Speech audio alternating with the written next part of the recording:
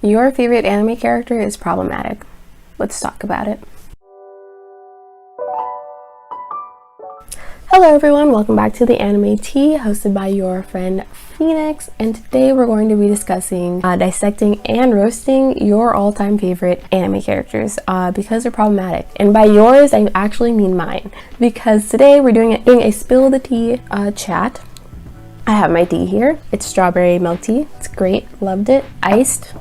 Perfection. And the reason that we're talking about problematic anime characters today is because I felt like it. I don't know.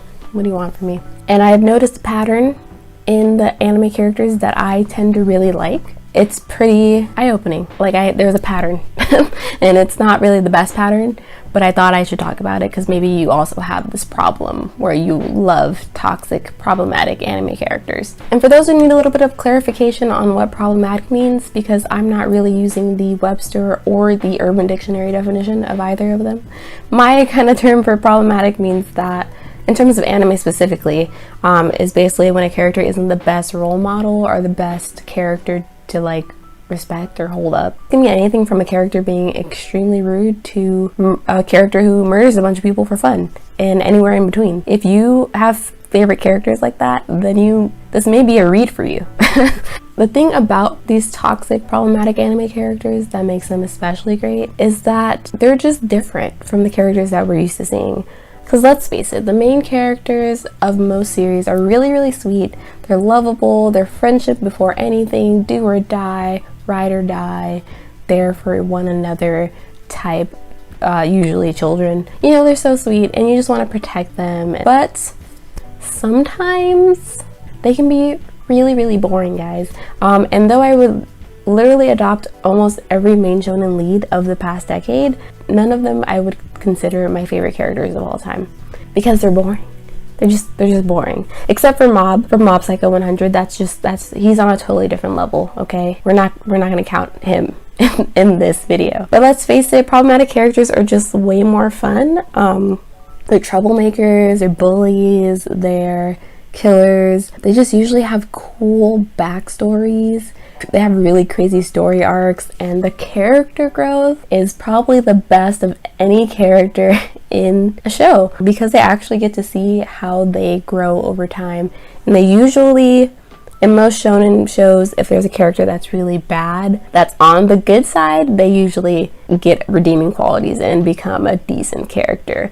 But it's that journey that's just, it does something for me. I love to see it. I love to see the character go from total piece of crap to outstanding guy or girl or person. So I love it. I just love it. Because with goody two-shoe characters, sometimes there's nowhere to go but up. They already are sweet and great, and you already know that they're just going to be stronger and greater and nicer. Villains or villainous or anti-heroes, characters like Light, Potato Chip, Yagami, Ken Kaneki from Tokyo Ghoul, Lelouch from Code Geass. That's going to be a video for a different time. Characters who were good and then turned evil. Lelouch and that Geass eye. Anyway, they fall into the problematic fave category. But with characters that don't start off with the best personalities, we can often look for some really good character growth and good character story arcs and just some great stuff. Except for more of the villainous characters, we don't always get a good outcome from them. Sometimes they just get way worse. But they're also pretty dang great. I'm looking at you, Shigaraki. The My Hero manga right now with Shigaraki is just Shigaraki's. I'm not even going to talk about it. Anyway, what I'm saying is it's a lot more interesting to watch a character come from an absolute piece of crap and turn into something respectable or a more beloved hero, or sometimes just remain a piece of crap because sometimes they're just more interesting that way.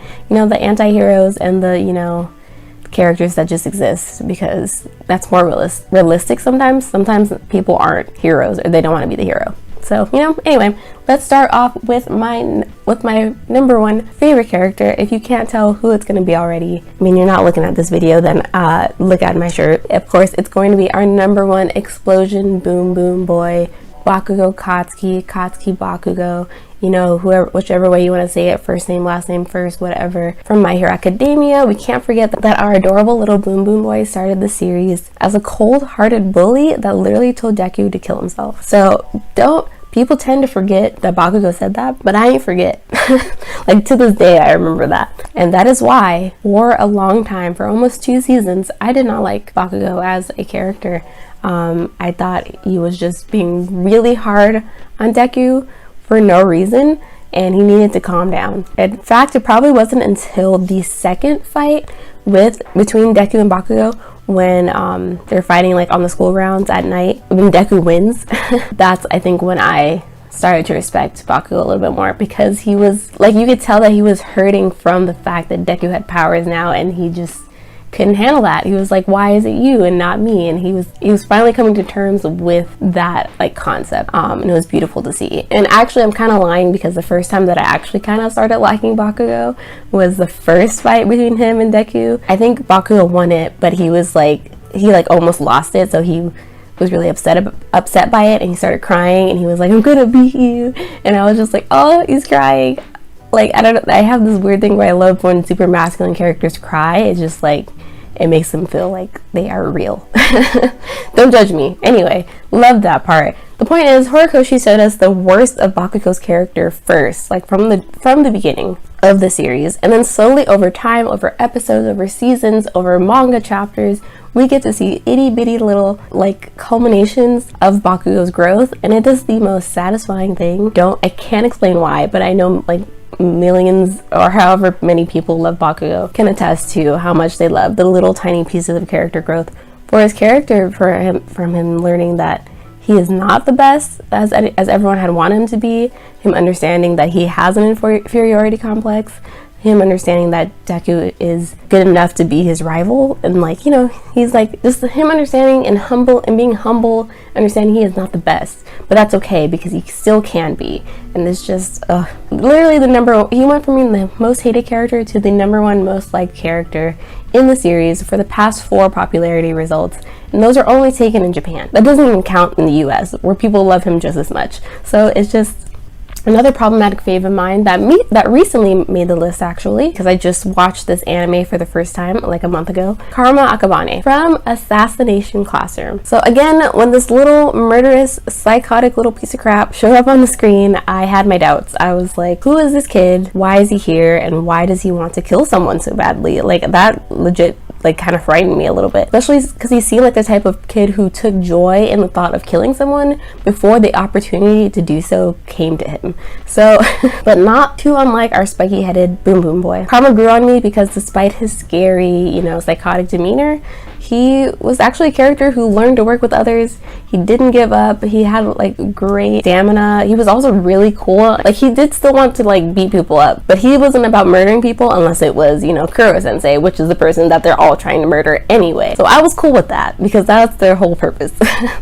But, you know, I was just worried that he was going to try to murder the other kids or like, you know, other innocent people, and he wasn't about that life. And I was like, cool, I like you. And I also loved, I think the thing that I loved about Karma, and the thing that I still also love about Bakugo too, is that they keep their ruthlessness in how they fight and in how like they interact characters who are on their bad side. Like, you know, they just keep that energy. Like, fight between him and Nagisa at the end of the series, I still get chills. Like, he was so ruthless because he believed in what he believed in so heavily that he was not going to give it up, even for his best friend. Plus, his name is Karma. Like, and they were talking, there's a whole scene about weird names in that show.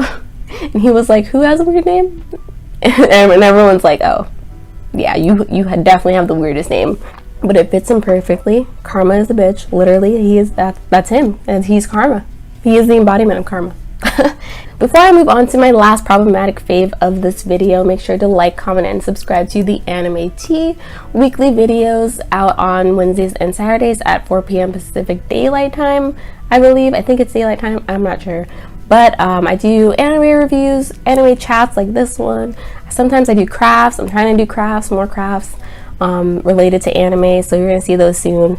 And yeah, let's move on to my last favorite of this video, my last problematic fave, which is someone that everyone knows and loves from the Demon Slayer franchise, and it's Inosuke, you know, our favorite boar-headed, just hard-headed, crazy, over-the-top boy. Like, it's just, Do you notice how all these characters are all boys? Before Inosuke walked into that upside down house in the second half of Demon Slayer season 1, I was obsessed with Tanjiro. Like, I loved Tanjiro's character. I almost loved him as much, and I think I still do, I almost love him as much as Mob. And this also reminds me that I'm probably going to make a video about non-problematic anime characters that I love, like Mob, because I love Mob to pieces. Anyway, Tanjiro also is just a great, wholesome, like, amazing character. He just wants to do right by his sister, make sure she's okay, and make her human again so she can have a regular life. He loves her in a non-incestual way, which is surprisingly rare for anime, unfortunately. So I'm really glad that it's wholesome and sweet like it is. And he just has such a positive outlook on the world, but he also is not naive about it. He knows he has to kill demons and do some really terrible things in order to, you know, create a good world, but he's able to come to terms with that and do it and, you know, still have a positive outlook on life. And it's just, I love him so much. But when this loud ass boar-headed motherfucker came onto the screen charging at people for no good reason, I was like, what are you doing? And then his voice was all raspy and crazy, and I'm like, this is too much. Like, at first I thought he was really annoying at first. Like, I'm like, you're doing way too much. And again, somewhere in that first season, after we were introduced to his character, I fell in love with him because he just was so funny, and like the relationships with the other characters, between him and the other characters. And it's surprising because I think I noted in Karma and Bakugo that we got character growth in them, and, you know, over time we got to see their different, like, their actual humanity. But with Inosuke in the first season, we don't get a lot of his like, of his true nature, really, because he was only there for half the season, so we don't really get a lot of backstory on him. And I'm catching up with the manga still, so no spoilers please, because I'm still catching up. But even then, it's taken a while to get to his backstory in the manga. So it's funny how I like him and so many other people like him without really knowing or seeing his character growth. And that's mainly because, like I said, is because of his hilarious personality. Every time he calls Tanjiro the wrong name, Ganpachiro, the first time, took me out. I was laughing so hard I had to pause the anime because I couldn't read and laugh at the same time. Like, my eyes were crying. He's too much. And plus his dynamic with Tanjiro and Zenitsu is just so funny. They have just like this family dynamic of like a brotherly love and like getting on one another's nerves that is perfect. Tanjiro is a great big brother, and he's always been a big brother, so it makes sense why. And then, you know, Inosuke grew up in the woods, not surrounded by people, so he literally has the mental capacity of a 5-year-old, and he doesn't understand social constructs and how to talk to people. So him learning that through Tanjiro, who is a great role model, is just perfect. But also Tanjiro is very problematic because, you know, he says some things that you're just like, wait a minute. That's too much. Like, I think towards the last few episodes when they're training with Shinobu, he got mad because he were trying to catch the thing, or was it, what's her name? It was the other girl that's training under Shinobu, but they were trying to catch her and he couldn't catch her, and he was like, I'm gonna rip your like breasts off if I can't catch you, or something like that. And I was like, okay, that's too much. Like, calm down. But other than that, every other interaction is great, and Tanjiro always puts him in his place, so it's perfect. I think Inosuke wouldn't be as great of a character if he was just by himself. I think he needs Tanjiro to be there to act as a big brother to him in order for that dynamic and for his character to really work, at least for me personally. Because the best parts of him, I think, are reflected in how Tanjiro treats him. And not to mention all of those, remember when Demon Slayer was like at its golden time when it was premiering last summer 2019, and we had all those screenshot redraws of Inosuke in like different situations. Those are perfect. I have so many saved, and I just look at them and laugh when I need a good laugh because they are hilarious. He's just a national treasure that somehow made it from Japan to here, and people still love him. Anyway, so I haven't even scratched the surface of problematic faves. We still have Hizuka from Hunter x Hunter to discuss, Legoshi from Beastars, so many more that I can't fit in one video. But let me know if you want a part 2 of this series, and I will gladly do it as long as I get to sip my tea. that is the end of this video. In the comments below, let me know who your problematic fave is. Was it someone I mentioned on this list, or who is your specific problematic fave? Make sure to like, comment, and subscribe to the Anime Tea. New videos out every week. Turn on notifications so you don't miss when a video drops. And I'll see you guys in the next one. Bye!